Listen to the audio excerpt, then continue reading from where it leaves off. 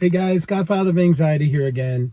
Wanted to do a short video about dealing with anxiety caused by other people's actions. And this is something that, for those of us who suffer from anxiety, this is a really important thing that we are going to have to manage and deal with in our recovery from an anxiety disorder. So, the big thing here to remember is that a very high percentage of us are empaths.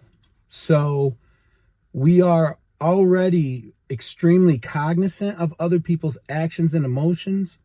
And we're also, we can even take on them, right? I did a video about empathy, effective empathy, cognitive empathy. We can even take on some of their the pain and the struggles that they go through. So anyways, what I wanted to discuss in this video that I think is really important is to realize how much we're contributing to the anxiety that we're feeling from other people's actions. So I'm going to preface what I say with watching other people make horrible mistakes or treat others horribly or us horribly is a terrible thing and a devastating thing to deal with. It's part of the human existence right now. And so that is an absolute number one thing that I want to acknowledge. There are times when these actions, it's appropriate for us to feel terrible about other people's actions. Also, when you look at the actions of others, the other thing that's so important to remember, guys, and this is going to be paramount in recovering from your anxiety condition, you do not control the actions of others. It's just impossible to do. That's above your pay grade. Even those of us who believe in a higher power almost without fail believe in free will, right? So we don't have the power or the right to control other people's actions. Now, this can be really frustrating. It can break our hearts. We can watch people act in a way that we know is going to cause issues and, make their life more difficult. People we love, sometimes the anxiety that we feel from the actions of others can be just that a person is miserable. But what I wanted to touch on in the video is how much we are actually making the actions of others affect us more harshly and feed our anxiety conditions. So I'll just give you some hypotheticals. Let's say we have a good friend and they're in a toxic relationship. And, we've encouraged them to notice what's going on and with the idea of, you can do better than this, maybe you should move on here, something like that. This is the first thing that just popped into my mind. Well, if this happens, and they choose to go on with the relationship, heck, they tell you that they're engaged and they're going to get married or something. And so what we do as, empaths is we and as people with anxiety disorders is we picture the miserable life that this person is going to have because of this horrible relationship. We see it come, everything that's going to happen 10,000 steps ahead of time, right? We are these amazingly analytical, people that, and we're also, our minds are never not asking what if. So, we're thinking, okay, and sometimes we're right. This is exactly what's going to happen. But do we know? Isn't it just as likely that when someone might get engaged, but you've already talked to them about how the relationship is rocky, that they might break off the engagement? In other words, we are catastrophizing other people's actions.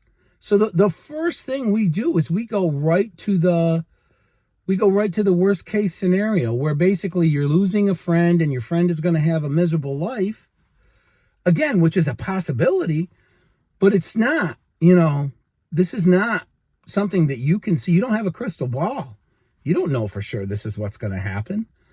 And what we do as people who suffer from anxiety conditions is we feel the pain of the next 30 years of this person's life when we don't know. So it's the same thing as worrying about all those things that we worry about with ourselves.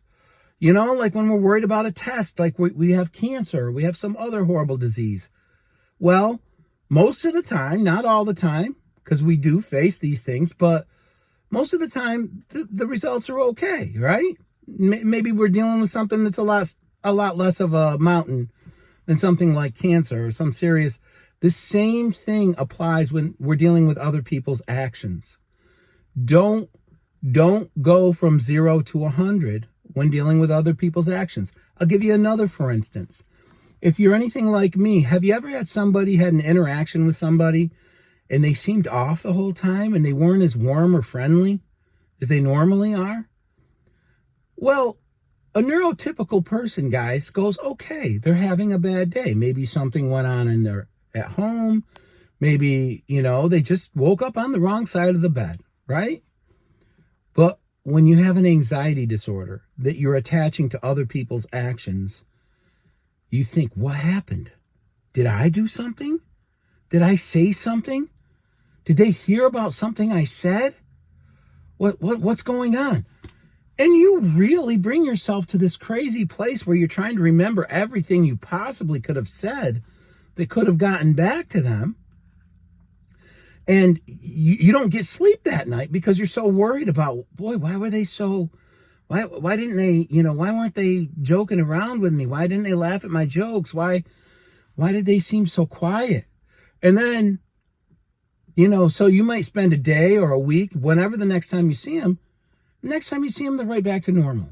So for sure that this had nothing to do with you, but you just wasted either a day or a week of your life because you allowed your anxiety condition to affect your perception of why someone may be acting a certain way. And guys, this is this is not something to be underestimated as a way to ruin your life. Our interactions with others, in particular people that we deal with all the time or people that we really care about, this can be a major issue when we're trying to recover from anxiety. If every little thing that doesn't seem right, all of a sudden we're trying to do this analysis, where what did I do? See, we're attaching ourselves to things that we have no business attaching ourselves to. This is what happens with negative thought patterns and anxiety. And this is why we end up being, when we're really lost in our anxiety conditions, we end up being incredibly selfish. Not because we're selfish people, but because somehow we think, we're controlling things that are so far above our pay grade that we don't involve us at all. So,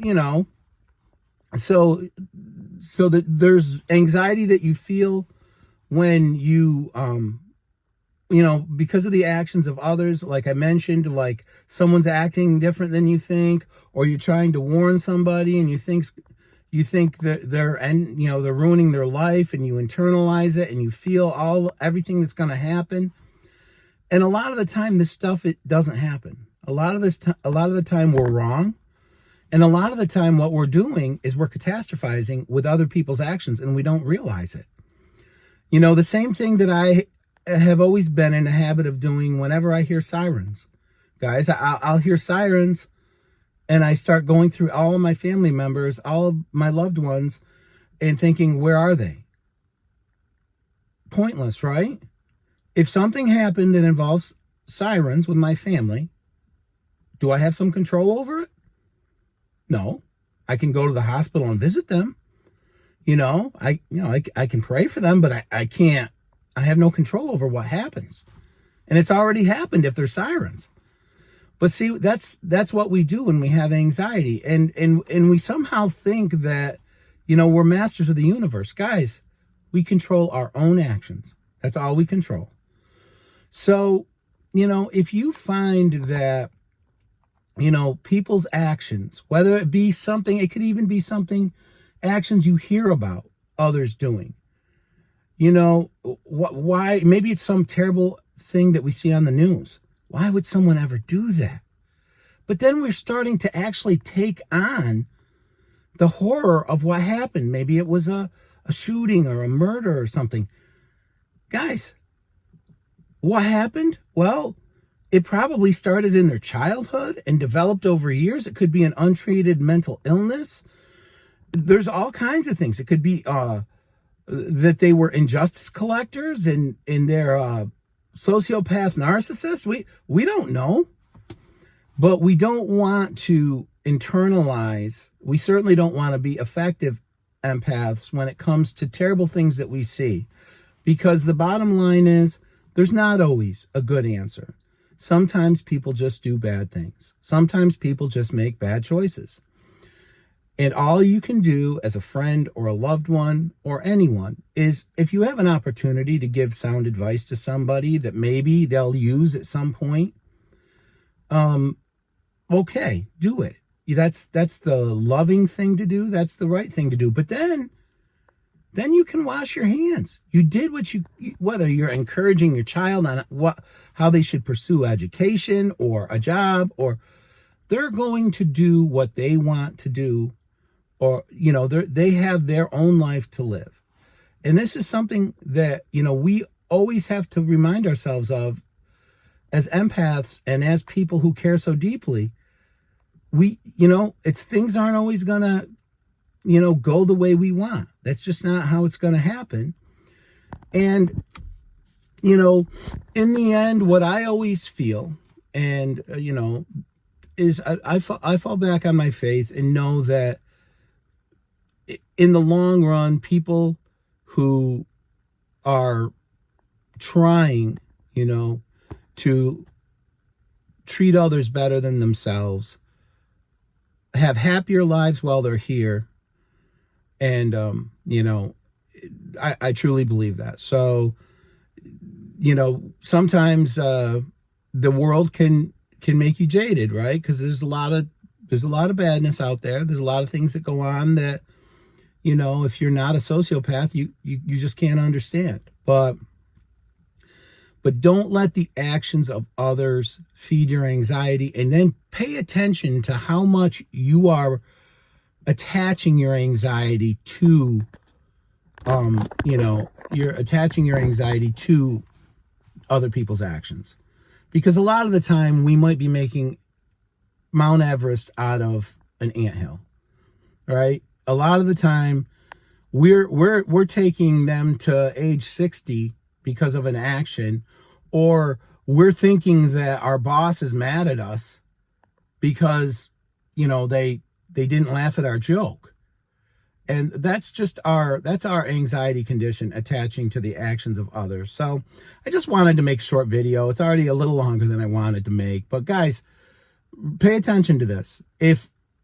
Yes, the actions of others, we're empaths and they're going to affect us. Don't let anybody kid you there. That's just normal and natural human behavior. But are we projecting a lot of our anxiety condition onto the situation that's making us feel things by a factor of 100? So if we're doing this, let's address the issue, which is our thought pattern and the way we're viewing it. Because, be reasonable. Be that voice of reason for yourself. It's always good to have a therapist, and I always encourage you guys to seek treatment for your mental health issues, especially anxiety conditions, but also bounce things off. Maybe you have, like for me, I've been blessed to have an incredibly reasonable woman that I've spent almost the last 30 years with. And when I'm starting to catastrophize and think things, to the most horrible end they can have, my wife will always be there to, steer. No, she's not. She doesn't give me pep talks. She's not that type of person. But she's reasonable, which is better than giving a pep talk. A pep talk can be, a fake, here, come on, let's go, rah, rah. That's not what you need, because you're already magical thinking the other way. You don't want a magical thinking on something, being good. So instead, she's just that voice of reason. And hopefully you have someone like that in your life that you can bounce things off. If not, maybe there's a therapist. But anyways, that's about all I wanted to say in the video, guys. Thanks so much for the engagement with the channel. I love it. I love all the comments. Keep them coming. And until my next video, guys, take care.